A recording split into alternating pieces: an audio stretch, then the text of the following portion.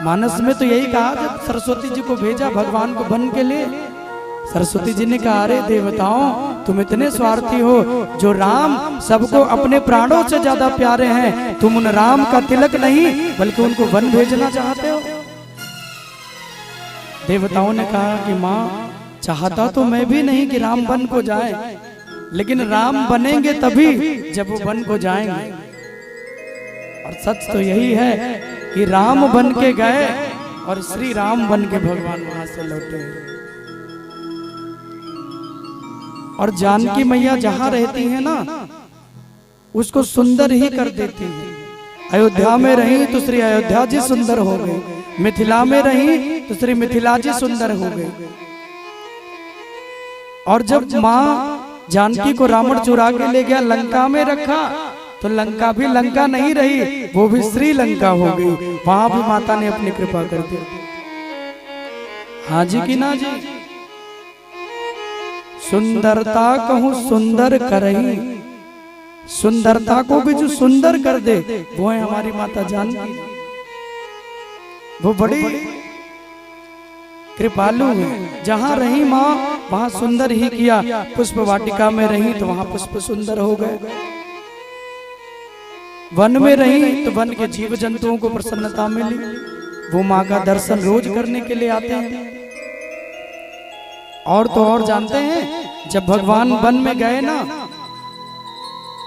तो सीता मैया प्रभु के लिए भोजन बनाती, रोज साधु संत आते और वो बैठ के भगवान राम से कथा सुनते। कहाँ पे? पंचवटी में। जितने साधु संत आते वो बैठ जाते, अब भगवान उनको कथा सुनाते। एक दिन साधु संतों ने विचार किया कि हम तो बैरागी हैं, न विवाह किया, न कोई पत्नी आई, न कोई सेवा करने वाली। भाई राम जी का तो बढ़िया है, कथा सुना देते हैं, फिर देवी जी बना के भोजन करा देती हैं, फल करा देती हैं। लेकिन हम लोग तो कथा सुन के आते हैं तो खुद से ही आटा लगाएं, खुद से ही सब्जी काटें और खुद से ही बनाएं। तो उन साधु संतों के मन में स्त्री सुख जग गया।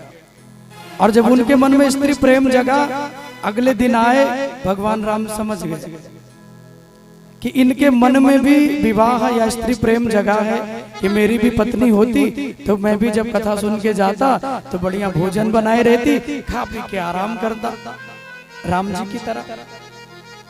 तो राम जी समझ गए और राम जी ने कहा कि भैया एक काम करना, आप सब ध्यान पूर्वक कथा सुनना और कहीं मन ना जाए। सबने कहा ठीक है। लेकिन अगले दिन जितने साधु संत आए ना वो सब लोग अपने हाथों में एक एक पत्थर लेके पहुंच गए। अपने हाथों में पत्थर लेके कथा सुनने के लिए पहुंच गए। राम जी ने कहा भैया कोई प्रसाद लाता है, कोई पैसा चढ़ाता है, कोई भोग लगाता है, तुम पत्थर लेके आए हो, क्या करोगे पत्थर का? तो साधु संतों ने कहा महाराज आपके चरणों में तो जादू है, एक एक पत्थरों पे अपने चरण को छुआ दीजिए, ये सारे पत्थर बन जाएंगे स्त्री और हमें मिलेगी पत्नी और खूब मेरी करेगी सेवा। भगवान को लगा लो कहा तो हम इतना अच्छा वैराग्य की कथा सुना रहे थे और कहा जानकी जी को देख के इनके मन में स्त्री प्रेम जग गया।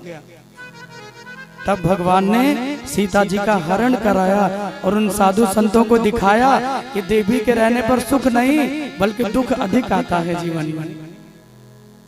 और जब सीता जी का हरण हुआ भगवान वन वन भटके ना तो वही साधु संत भगवान के चरणों में गिर के रोते हैं और रोते हुए आंसुओं से भगवान के चरण को धुल दिया और कहा कि मैं समझ गया प्रभु, स्त्री सुख तो है लेकिन स्त्री से जीवन में दुख भी बहुत होता।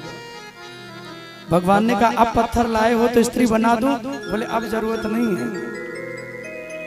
तब मन जगा था, अगर तब बना देते तो अलग बात थी, लेकिन अब मन हट गया। इसलिए भक्ति करने का कभी मन करे भी तो कर लीजिए, शुभम शीघ्रम। गीता में कहा गया कि कोई भी अच्छे काम को करना हो तो जल्दी कर लीजिए। लोग एक एक दो दो साल का मुहूर्त निकाल लेते हैं। कई लोग हमारे पास आते हैं महाराज जी कथा सुननी है। मैंने कहा कब? बोले महाराज 2024 में सुनना था। तो मैंने कहा 3 साल की गारंटी अभी से क्यों ले रहे हो भाई? 2 महीना 6 महीना 1 साल बहुत है। 3 साल में कौन रहे, कौन क्या हो, कैसे हो, इतना लंबा नहीं। अच्छे काम को जल्दी कर लीजिए, जितनी व्यवस्था है उतने में ही कर लीजिए।